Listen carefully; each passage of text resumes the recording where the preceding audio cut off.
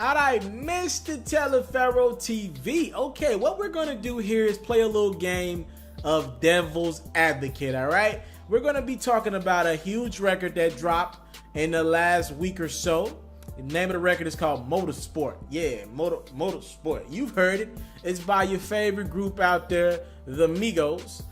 This is their new record, presumably off their new album Culture 2, which we believe is coming probably in the next couple months, maybe at the top of 2018. But this is the Migos' new single. All right, the Migos, this is the first time they've ever did a rollout like this, and I'm kind of concerned. I'm not gonna lie to you. Usually the Migos, they just give you bodies of work, they just give you tapes, and they let the people decide what singles are going to be the ones to go, or what records are going to be their singles, rather. They usually don't do this approach. This is different for the Migos, and it's new to me for the label, Motown Records, to be actually saying, here's the single, we're going to put some money in this single, we're going to put some money in this record, and we're going to push it.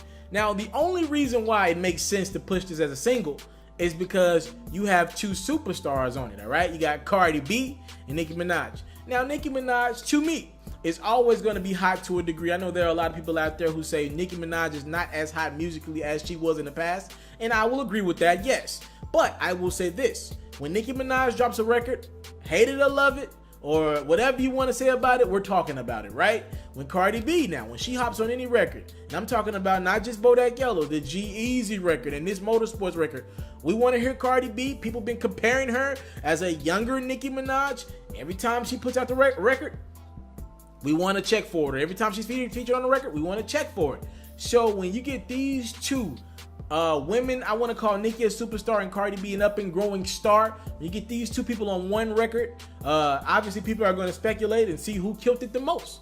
All right, so with that being said, there is a media personality out there. Name goes by Joe Budden, and he works for a show called Everyday Struggle. For those who don't know what Everyday Struggle is, it is an up and coming show on Complex, and you see in the picture right there, he's on the show. Joe Budden has come up with this theory, right? He has come up with this crazy off-the-wall theory as to why this record, or why Nicki and Cardi B ended up on the same record. And I don't know if I believe it, or I don't know how I feel about it, all right? We're going to break this theory down, all right? We're going to break it down in totality of what exactly Joe Budden believes happened. He believes, right? I'm not, this is me paraphrasing Joe Budden. He believes that when this record came out, because Nicki came out and made a statement the other day, and she was like, look, Quavo and me were the only two people on the record originally. And then Quavo called her and was like, hey, I'm going to put the other Migos on this record, and I'm going to put Cardi B on the record as well. And Nicki was like, I'm cool with Cardi B being on the record. And that's how she says it went. Everything Nicki Minaj related to her, she said, has to be cleared through her. There is nothing that can go out without Nicki Minaj clearing it. She said that on Twitter, and we're just going to roll with that, all right? Now, Joe Budden's theory is that didn't happen.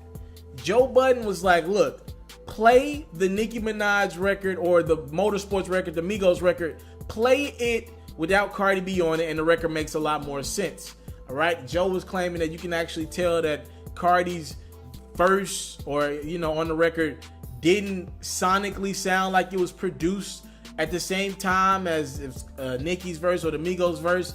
He was like, look, take Cardi's verse out of it. And I will admit this, it makes a lot more sense. It will then be what Offset, then Quavo, then Nicki, then Takeoff. And remember, Takeoff's verse, who I actually thought had a better verse than Offset and Quavo on this record, Takeoff's verse is actually a response to Nicki's verse, right? So again, there you have a record where it's literally the Migos and Nicki Minaj. I'll admit that makes a lot of sense. Cardi's verse doesn't make just a crap ton of sense. So Joe Budden's theory is Cardi had no business being on the record. Offset made have told her last minute, yo, we got this record with Nicki Minaj. It sounded like she threw a jab at you. You want to hop on this record? And Joe Budden believes that Cardi B is actually responding to Nicki Minaj on the record, all right? We will have to break down some of the bars. I don't know if that's actually true, but this is a conspiracy theory out there Do I believe it? Do I subscribe to this theory that Cardi B is actually dissing Nicki Minaj on her own record? I don't know if I believe that, man. That's like some next level type thinking. And why would you subscribe to that? Like, what? Cardi B has said nothing but positive things about Nicki every time she brought Nicki up. And Nicki Minaj, to her credit, even though Joe Budden believes this is some type of conspiracy plot to end Nicki Minaj, Joe Budden has pretty much said Nicki and Cardi have been throwing sublims at each other. I don't know if that's true or not. One could assume that there's a level of competition in place with these two women, but to go as far as to say somebody tried to take somebody off a record, now a lot of people start putting this together. Nicki Minaj has beef with Atlantic. If you heard in Nicki Minaj's verse, if I remember correctly, it was somebody, you could get hit with the fades, Lil Uzi, and then all of my friends are dead. Well, it's you could get hit with the fade, Lil Boosie. Then it's like all of my friends are dead, Lil Uzi, and a lot of people are like, she's taking a shot at Atlantic, and Cardi B's on Atlantic. So Atlantic heard this record, and they heard the record without, records get shopped around the industry all the time. They heard this record without Cardi on it. Obviously, Offset, Cardi B, you get the connection there. Offset told Cardi B about the record. Cardi told Atlantic about it. This is not my theory. I'm just telling you what it is. And Atlantic was like, yo, we need to get, number one, we need to get Cardi B on this record. And number two, there's another record that is done. It's the Lil Uzi remix on one of the records on his project.